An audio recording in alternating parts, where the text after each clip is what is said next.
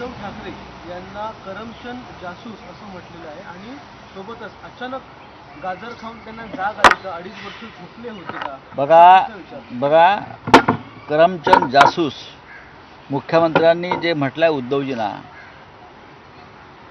आता या फेकूचंदवरती कोण विश्वास ठेवणार? हे फेकूचंद आहेत, हे गुंडांचे सरदार आहेत, हे चोरांची टोळी चालवत आहेत. हे चोर मंडळ आहे त्यांचं, आणि त्या चोर मंडळांचे सरदार हे फेकूचंद आहेत. करमचंद जासूसला प्रतिष्ठा आहे या देशामध्ये. एकेकाळी करमचंद जासूसने या देशामध्ये खूप चांगलं काम केलं आहे, आपण पाहिलं असेल. तो जरा त्याने इतिहास आणि माहिती समजून घ्यावी आणि मग बोलावं. त्यासाठी थोडासा अभ्यास असावा लागतो, वाचन असावं लागतं. आसपास गुंड नव्हे तर विचारवंत बुद्धिवंत असावे लागतात. रोज 4 गुंडांबरोबर बैठका घेऊन बरं का बुद्धीचे दरवाजे उघडत नाहीत.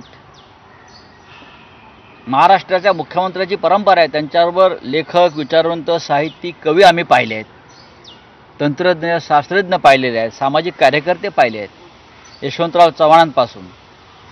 पण आजच्या मुख्यमंत्र्याबरोबर खंडणीकर, चोर, बलात्कारी, अपहरणकर्ते, खुनी हे असल्यामुळे फेकूचंद जे आहेत आपले मुख्यमंत्री बरं का, त्यांना आसपास सगळे असेच करमचंद दिसतात.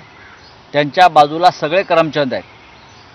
जे तुरुंगात असायला पाहिजे ते मुख्यमंत्र्यांबरोबर आहेत, लक्षात घ्या. त्याच्यामुळे त्यांना जळीतळी काष्टी चांगली माणसं घाबरवतात. आम्ही चांगली माणसं आहोत, आम्ही सज्जन माणसं आहोत. मुख्यमंत्री महाराष्ट्राचे माननीय उद्धव